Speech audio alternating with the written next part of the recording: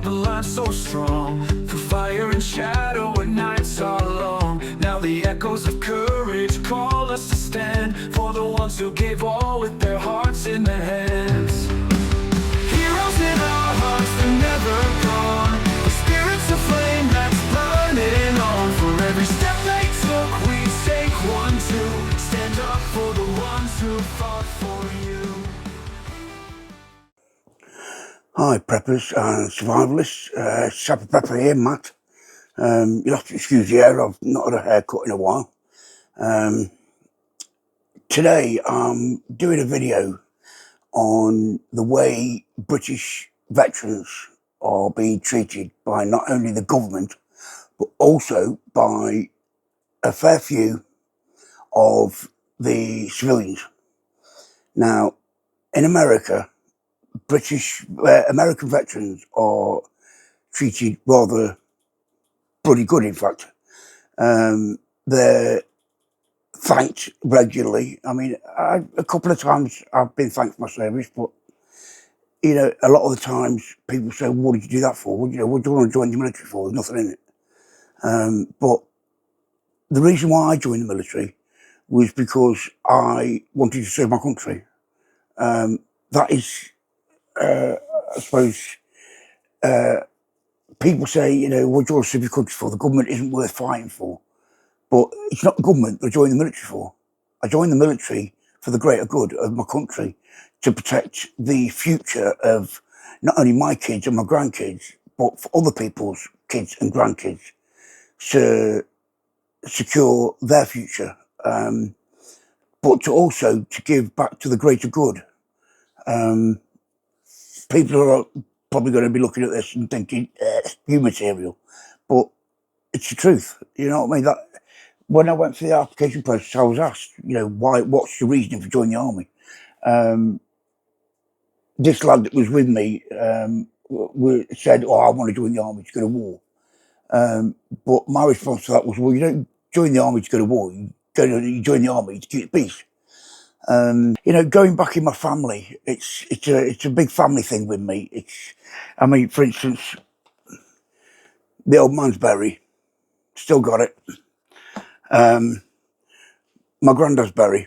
Now, a lot of people are going to take the piss in the RAF, but, you know, it's still part of the British Armed Forces. That was my other granddad's cap badge. Don't know if you can see that.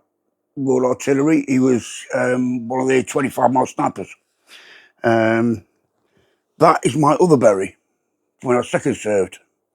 My engineer's one is with my veterans blazer, which is where I keep it a lot of the time. These were my father's medals. My father passed away last year in May. As you can see, Northern Ireland Medal, Silver Jubilee Medal, and the Malaya Borneo Pingat Jaza Medal. That one, they weren't awarded at the time. This one was, it was, I can't remember how long ago, but it was about, say, 20 years ago, I think 20, 30 years ago, that this one was officially recognised. And a lot of the veterans were issued with them then. Some of them had to apply. I think my father had to apply, but he was awarded it by the Borneo. Well, I don't know if it's Borneo, but the Malayan commissioner. He got a picture of it as well somewhere, of him awarding him the medal. Also, I mean, this one's an unofficial one. It's what do you call them? You know, a lot of people call them fake medals, water meeting medals, but this is the Hong Kong medal, which he did 2 years out in Hong Kong, which is where I was born, in Kowloon Hospital. Now, I think in our country we need to be looking after the veterans a lot more than we do, because it's, you know, I see veterans, the old boys. I mean, there's not many of them left now, but that are struggling. You know, there's one bloke that's just round the corner from me, an old boy. He's got no family. And there's a lot of young people that live around me, and they seem struggling with his walker, with his shopping, and he walks from all the way down the road. I mean, it's about a mile down the road, and he walks every day on his wheeled walker. And he walks all the way down to Tesco's, gets his shopping and his sausages for his dog, and he walks all the way back up the hill. Now, I've offered to give him a lift many a time now in my car to go down, get his shopping, help him with his shopping, and bring him back up, but he won't have it.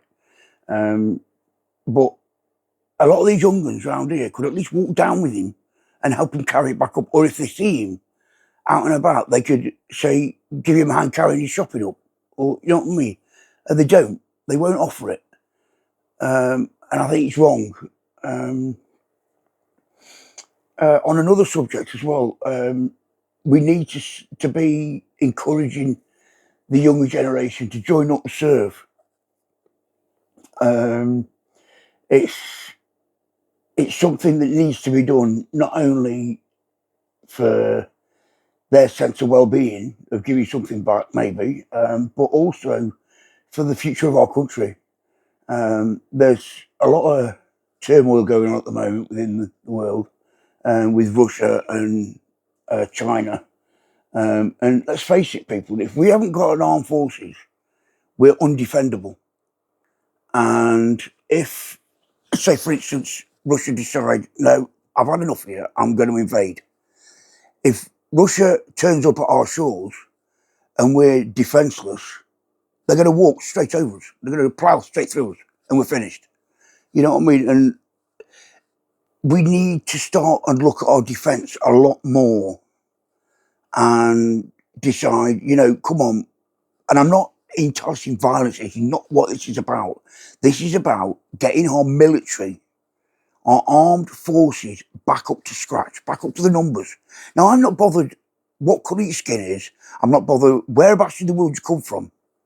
If you're willing to stand in line with our armed forces in uniform and count as one, then I'm all for it. Sign on the dotted line, take your shilling and join up. You know what I mean? If you're on our side, then that's fine. You know, get in line. As I said, take your shilling, sign on the dotted line, do your training, get in line and defend the country.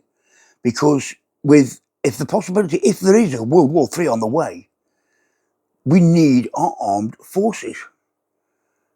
Because the lads that are out there now are stretched thin enough as it is. You know what I mean? The retention is a big thing.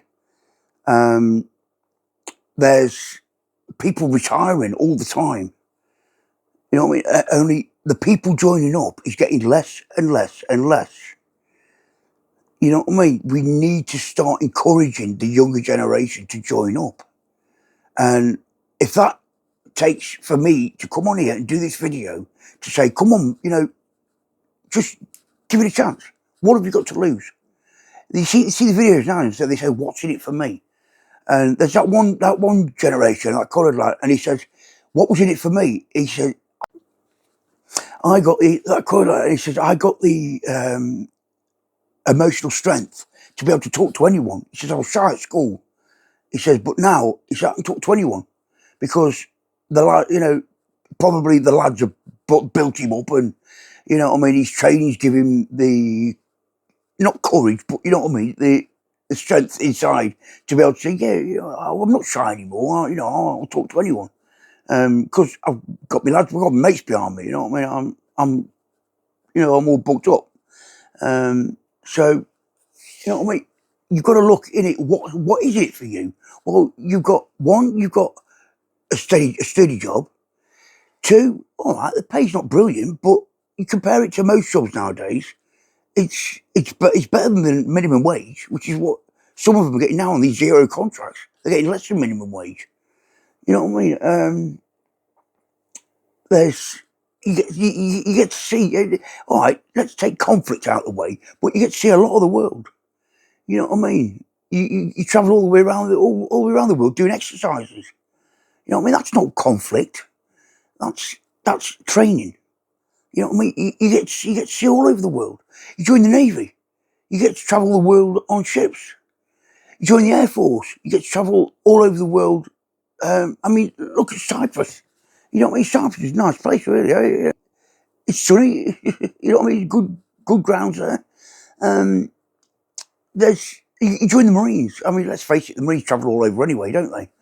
And then if you join the regular services and you do a fair amount of time in there, you've got the chance of SF. You know what I mean? Special Forces, if you're good enough. You know what I mean? Oh, yeah, it's not everyone can pass selection for Special Forces, but it happens. You know what I mean? There's a lot of them that do Special Forces, and you've only got to speak to people like Big Phil Campion. You know what I mean? Just Forces News. He tell you stories till the cows come over. Times he's out on the piss, and you know what I mean. All the way around the world. Yes, there is tough times as well. There's a lot of scary times, but there is good times with your mates. You know what I mean? You get to see all over the world. And you know, the food it is good, but also there's crap.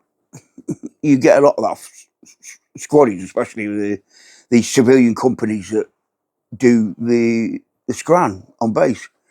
You know what I mean? It's not perfect, but you know what I mean? If you're living in a bedsit by yourself and you're having to cook your own food, it's a lot better than that. You know what I mean? It's a lot securer job than a lot of places. You know, zero contracts and suck it and drop of hat.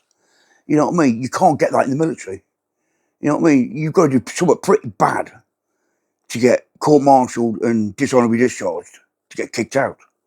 You know what I mean? Yes, you can leave after a certain amount of time, or you have to buy yourself out, which costs you a bloody arm and a leg. You know what I mean? Because you have to pay back your training. But, you know, I think I've gone on for a bit now about this. I don't want it to turn into a bloody lecture anyway. There's a few subjects I've gone on about tonight, which are very close to my heart. You know, I love the military. I've served twice, and I'd join up again tomorrow if I could. If I wasn't completely not a bloody knacker now, anyway. And as I said, if World War III breaks out and they would just say to me, "Well, all right, here's a bloody uniform, here's a weapon, shoot in that direction," I'd do it. I'd go back tomorrow. No ifs, no buts, done. As the sticker on my car says, my oath of allegiance has no expiry date. So anyway, enough said now. It's getting late. Mrs. Sapper Prepper is already in bed. My son's just took his dog out ready to go to bed. I'm going to be having a bit on my vape, finish my can, and then I'm hitting the pit. So this is Sapper Prepper UK, signing off.